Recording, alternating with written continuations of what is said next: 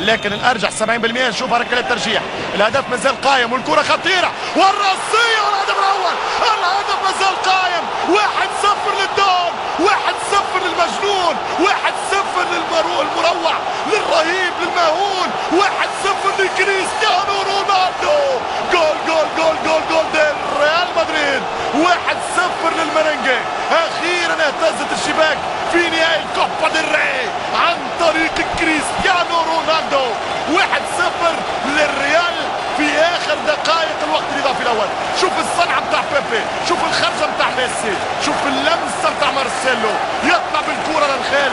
دي ماريا وندوز ارجنتيني برازيلي اصل الكره. اولها حكايه نهايتها راسيه.